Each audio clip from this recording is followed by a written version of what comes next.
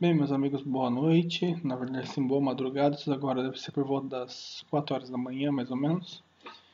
E resolvi gravar aquele vídeo que eu conversei com vocês há algum tempo atrás sobre algumas ideias que eu tenho, algumas questões relacionadas à minha interpretação sobre geopolítica mundial, geopolítica, né? Mas do ponto de vista global e não só sul-americano, latino-americano, coisa assim. Mas a minha intenção maior é poder fazer uma questão histórica que eu particularmente acredito, eu particularmente concordo, e até chegar até o ponto de Cananéia. Tá?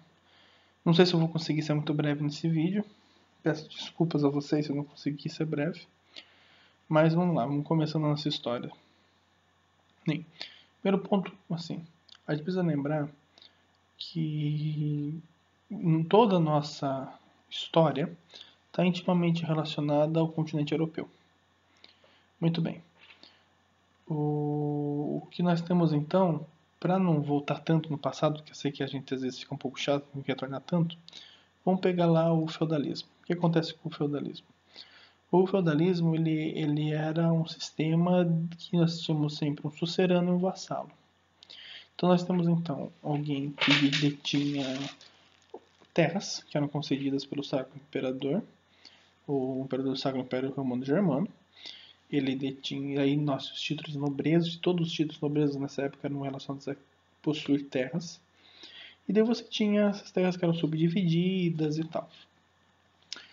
Então você tem o poder, e nós podemos definir poder da seguinte maneira: você conseguir aquilo que você deseja, que o outro faça aquilo que você deseja, e aquilo você obtém alguma coisa. Isso é uma definição muito simplória de poder, mas é uma definição interessante porque, na verdade, todos nós, todo ser humano, ele exerce poder. Todo. Nós sempre estamos exercendo poder uns sobre os outros. Veja, uma criança, quando chora, ela está exercendo poder. Porque ela quer alguma coisa. Ou ela quer colo, ou ela quer mamar, ela quer alguma coisa, ela está exercendo poder. Isso é típico do ser humano. Até uma pessoa tímida está exercendo poder. Pensa, uma pessoa tímida chega numa sala de aula. Ela vai sentar no fundo da sala, escondidinha. Se ela não chamar a atenção, se ninguém dirigir a palavra a ela para tirar sarro, alguma coisa desse tipo, ela conseguiu exercer poder. Porque ela conseguiu não conversar. E isso, então, ela está exercendo poder. Muito bem. O que ocorre nesse contexto? Então você tem um poder extremamente fragmentado, você tem em quase toda a Europa reis que vinham numa relação de conversão do Império Romano, que eu não vou entrar em detalhes agora, mas você tinha aquelas figuras dos senhores feudais, dos grandes donos de terra, etc., e uma estrutura de vassalagem, de sucerano e vassalagem. O único rei que detinha um poder muito forte era o rei da Inglaterra, porque ele organizou o feudalismo de tal forma em que isso era tão hierarquizado que ele acabava que o senhor feudal acabava executando as ordens do rei que estava lá em cima. Daí surge aquele termo, os olhos e os ouvidos do rei, que eram o que ocorria com os senhores feudais. Muito bem. Mas no restante da Europa, o que ocorria era que os senhores feudais tinham terras e tinham instrumentos para a produção. Enxadas, arado, etc. A população não tinha isso. E era abundante o número de pessoas. E elas precisavam comer. Elas não tinham terras. Então o que elas faziam? Elas tinham que ir nessas terras, trabalhavam para essas pessoas, trabalhavam para os senhores feudais. Parte do que elas produziam, elas podiam comer. Ele liberava um pedacinho de terra. Então o senhor feudal acumulava aquela comida, tudo aquilo que era produzido. Eles podiam produzir um pouquinho para eles, em parte que era cedida, mas isso também tinha dado uma parte para o senhor feudal, como um pagamento por usar os instrumentos, etc. Então você tinha uma relação de servidão total. Em troca disso, o senhor feudal deveria dar uma certa proteção. E isso é interessante porque no nosso contexto histórico aqui. Porque os senhores feudais, então, e qualquer senhor de terras, tinha uma espécie de exército próprio. possuir um exército próprio era corriqueiro. Muito bem. Existiam então guerras entre feudos. Não existia acúmulo de riqueza, basicamente. E você tinha moedas distintas. Você tinha um sistema muito de troca de materiais, etc., mas tinha moedas distintas. Muito bem, eu estou explicando mal e porcamente o feudalismo. É só para a gente ter uma linha de raciocínio para chegar no que eu pretendo mais um pouquinho para frente. Legal. O que vai ocorrer um pouquinho depois disso? Vai ocorrer uma coisa chamada peste negra. Você tem uma redução da população da Europa drástica. Drástica. Muita gente morre, muita. Mão de obra se torna escassa. O que acontece? Os feudos têm que começar a competir para quem dá melhores condições para que o trabalhador pudesse ficar em suas terras. É bom lembrar que desde que você não tivesse dívidas mais com o senhor feudal, e que essas dívidas eram quase eternas, você podia migrar de um feudo para o outro e existia um princípio que era obrigatório que você pudesse aceitar aquelas pessoas nas suas terras. Essa obrigação, que tinha um verniz moral, na verdade, que dizer que tem mão de obra e trabalhava e pronto, acabou. Né? Toda aquela organização do Império Romano, aquela coisa tinha sido destruída, a Idade das Trevas. Você sabe pelos relatos da época que muita gente esperava a morte, pura e simplesmente eles estavam aqui na Terra esperando ou morrerem, ou então a volta de Cristo, que era uma coisa muito forte para eles. Por isso aquelas grandes construções de igrejas, etc. Eles acreditavam que acontecia naquele tempo porque a vida era muito ruim. Muito bem. O que vai ocorrer? Você, nesses locais, você tem muralhas que haviam para proteger, e as pessoas, diversas delas, moravam dentro das muralhas, e começou a se desenvolver pequenos ofícios. Esses pequenos ofícios aí geram comércio. Esse comércio, primeiro eram trocas, depois tem a maior utilização de moedas. O que nós temos, então? O primórdio do que será futuramente o capitalismo. Você tem ali o mercantilismo. Você tem, então, começam a haver acúmulo não só de bens, mas de capital. Porque aí tinha a relação do dinheiro. Eu poderia estender muito essa história para explicar, inclusive entra até a questão dos templários. Porque os templários começam a ter a questão dos bancos. O que acontecia? Com as guerras que haviam, que faziam uma grande união, que uniam eles todos, que eram as cruzadas, porque fora disso eles ficavam brigando entre eles, era até uma diversão, existem relatos medievais que dizem isso, não tinha muito o que fazer, então eles guerreavam, né? Sendo que se um historiador vê eu falando isso, ele fala, não, é bem assim e tal, mas eu estou fazendo uma coisa bem simplista para a gente poder encaminhar onde eu quero chegar. Muito bem, mas eles se uniam no momento que eles se uniam, eram sob suas bandeiras para ir combater nas cruzadas. Era interessante porque você tinha com os templários, você tinha um sistema que espécie de banco mesmo. Você depositava com os templários um determinado valor e você chegava então num determinado posto templário, num quartel-general templário, você podia sacar o mesmo valor. Então veja, você colocava no lugar, então foi mais um sistema bancário. Beleza. Isso vai ser muito importante.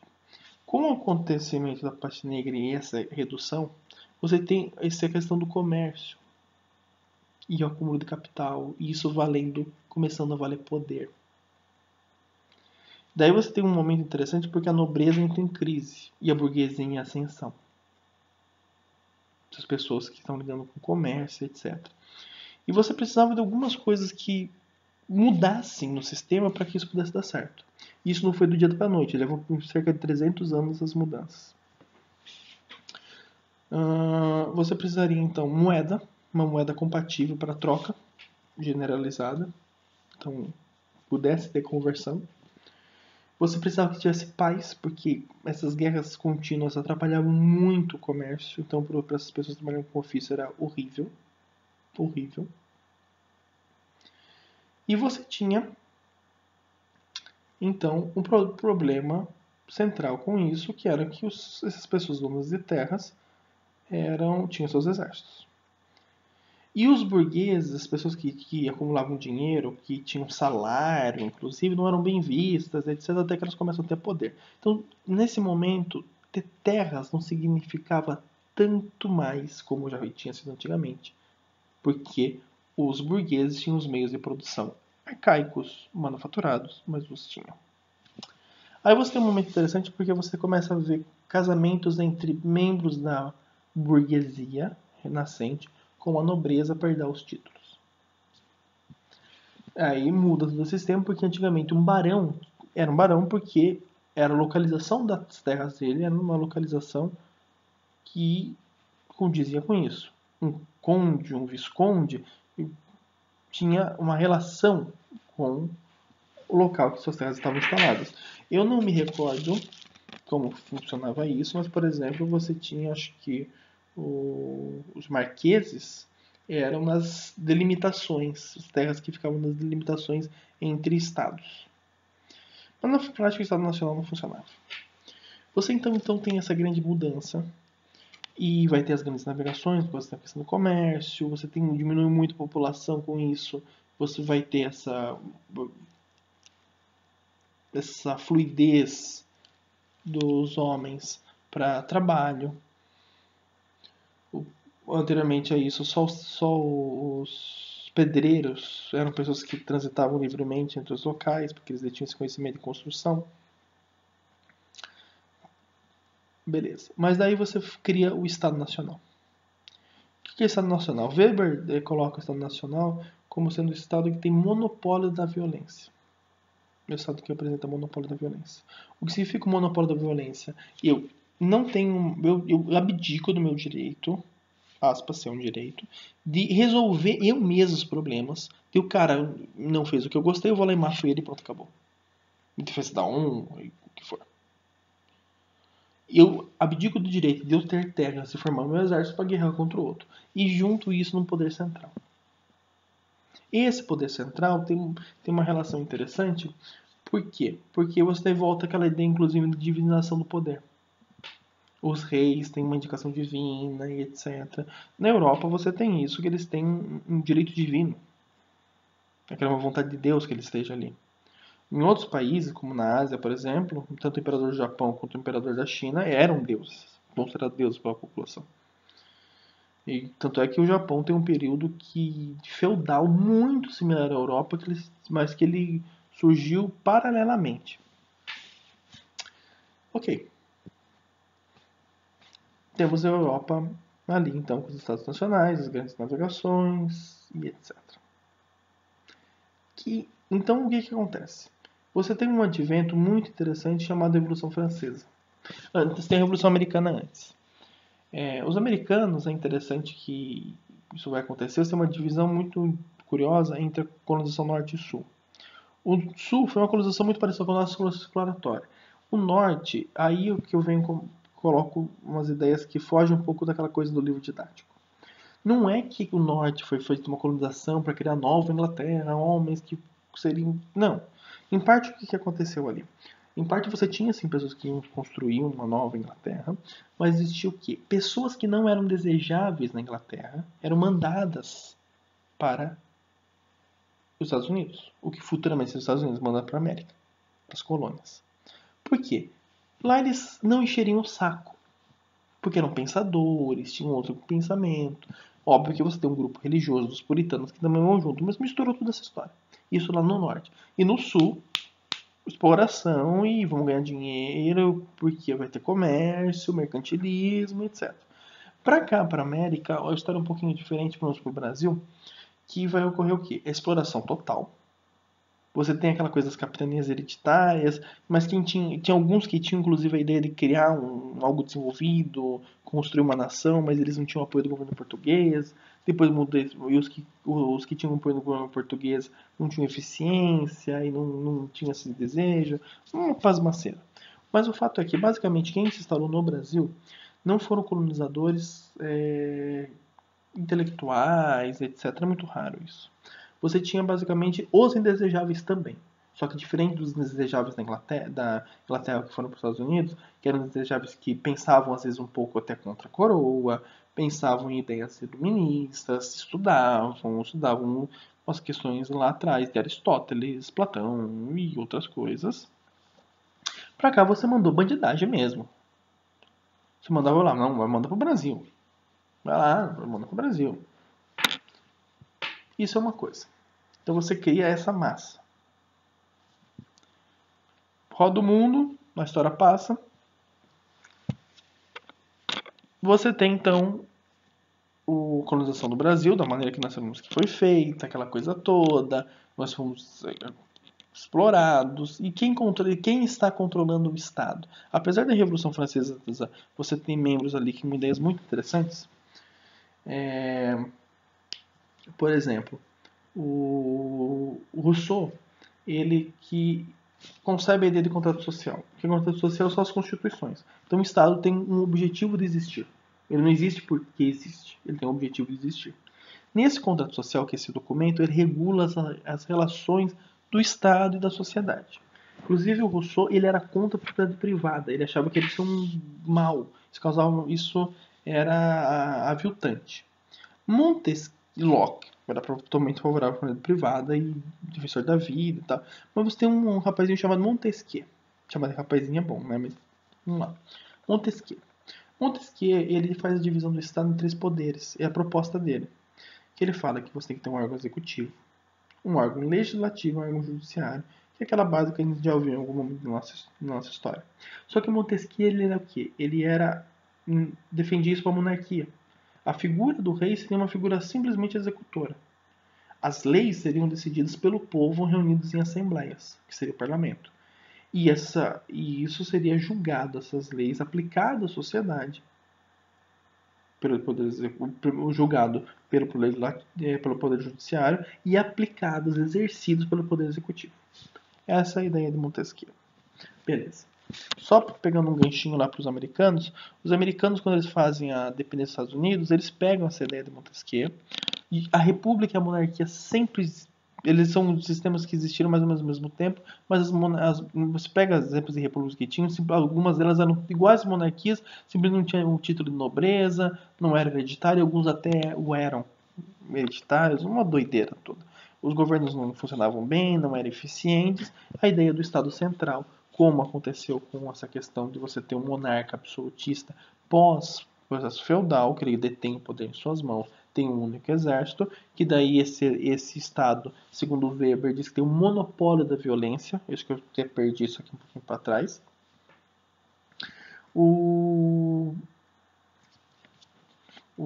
Os americanos vão fazer o seguinte, puxa, nós precisamos criar um Estado e nós temos princípios republicanos. Princípios republicanos se entendia simplesmente você ter que os cargos têm que ser eletivos e temporários. Eles pegam a mesma estrutura do governo inglês da época, com o rei Jaime.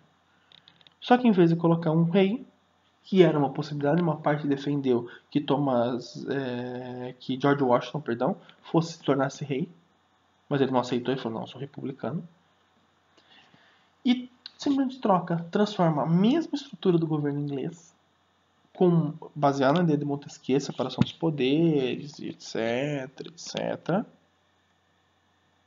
e coloca um presidente da república, presidente do país. Cria-se lá os Estados Unidos. Beleza. O voto já era censitário, o que é? Quem tinha dinheiro, ou terra, etc, podia votar e outras pessoas não podiam, tinha uma faixa. Essa era uma ideia de democracia bem limitada. E ainda o sistema americano, não vou entrar nesse vídeo em detalhes, é um sistema que, ao meu ver, do ponto de vista democrático, ele é extremamente difícil. Extremamente complicado. Tá, ele tem várias fases democráticas ali muito grandes. Tá. Só para terminar esse primeiro vídeo, tá? O que acontece? Europa. Você tem aquela ideia do iluminismo, muito bonita, Revolução Francesa depois, em toda aquela questão, mas quem toma conta do parlamento do país? Você tem um parlamento, Você vai ter reis, depois que vão estar exercendo esse poder, mas constitucionais, com o parlamento, etc. Mas quem está no parlamento? As forças poderosas. E ele a função dele que é? Conservar os órgãos sociais. Essa é a função do e você cria o chamado Estado burguês, que ele tem a função de manter isso. Só que o que acontece nesse momento? As burguesias são nacionais ainda. Elas estão atreladas a um determinado estado e competindo entre si. Porque basicamente são o quê? São mercantis e etc. A mesma coisa vai acontecer no processo de industrialização. O que acontece? Você pega a industrialização da Inglaterra, em dado momento, depois, mais tarde, a industrialização da Itália, da Alemanha. E o que acontece? As burguesias tomam o Estado e fazem esse processo. Tomam através de eleições, porque eles acabam se financiando, etc. E fazem isso. Então eles criam essa questão e usam os seus estados para fazer o quê? Para competir e poder desenvolver sua indústria. Só que tem que ter uma ideia para que isso funcione. Eles precisam basicamente do quê? Eles precisam então ter que existe uma certa relação com uma metrópole ainda. Depois tem aquela coisa independente, mas você precisa ter aqueles que vão ter matéria-prima, porque eles não têm. E só lá eles vão produzir. Tá. Chegamos a esse momento, então, que nós vamos olhar a Europa pós-revolução, ninguém tem direitos. Você tem uma minoria que detém o poder, que são os burgueses. Mesmo que você tenha questões eletivas, etc., são eles que acabam detendo o poder. Eles que mandam. E você tem o quê? Um apartheid social. Criando, moral alguma, criança trabalhando, condições mínimas de salubridade. Uma sociedade horrível, totalmente desigual. Isso não faz tanto tempo. 80 anos atrás era assim. Menos até em alguns locais da Europa. Tá? Para cá, para a América era a grande colônia mandando matéria-prima. Então você tinha essa relação ainda. Ok? Beleza, então vamos parar o vídeo nesse momento, para eu poder voltar à história. Ele já tem 20 e poucos minutos, vamos parar aqui, mas vamos considerar essa ideia. A Europa está desigual. Existe uma paz, só que o que acontece? Existem alguns conflitos ali, por quê? Porque as burguesias, que são aqueles que detêm os meios de produção, eles estão atreladíssimos ao Estado. Porque é importante que eles estejam assim. Eles não estão unidos. Eles estão relacionados ao Estado porque eles estão competindo entre eles, inclusive pelos meios para matéria-prima. Mas e os mercados que eles têm ali, eles têm que competir entre eles. Só que eles estão lotados em seus estados.